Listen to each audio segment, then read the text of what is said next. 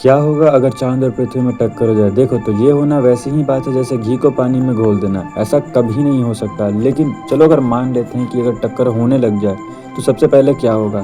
देखो तो सबसे पहले तो पृथ्वी और चाँद के बीच की दूरी घटेगी।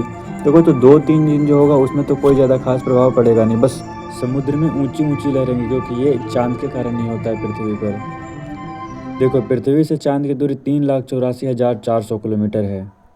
तो अगर चाँद को पृथ्वी से टकराना होगा तो धीरे-धीरे ये दूरी घटेगी। चलो मान लेते हैं कि अब दूरी 3 लाख किलोमीटर तक हो गई है। देखो अगर इस दूरी पर आ भी जाता है चाँद तो पृथ्वी को कोई ज़्यादा भी ख़ास फ़र्क नहीं पड़ेगा। 2-3 दिन तो सब सेम ही होगा। जैसा हमारा डेली लाइफ़स्टाइल होता है एकदम वैसा ही होगा।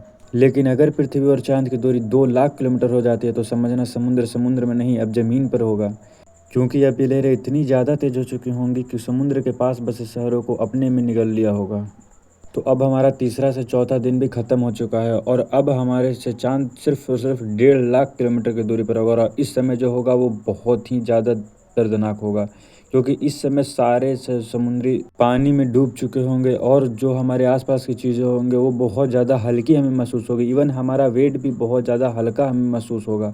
और जब चाँद हमारे से 1 लाख किलोमीटर की डिस्टेंस पर होगा तो हल्की-हल्की चीज़ें हवा में उड़ने लगेगी, वो चीज़ें हवा में तैरने लगेगी। अगर किसी का वज़न 50 केजी से कम है तो वो भी हवा में तैरने लगेगा। और जब चाँद हमारे से 50 किलोमीटर के डिस्टेंस पर होगा तो पृथ्वी का स्ट्रॉन्ग मैग्नेटिक फील्ड उसको टुकड़ों-टुकड़ों में तोड़ देगा और पृथ्वी के पास भी अब सैटर्न जैसे रिंग्स हो जाएँगे जो देखने में काफ़ी प्यारे लगेंगे। पर अफ़सोस हम होंगे नहीं।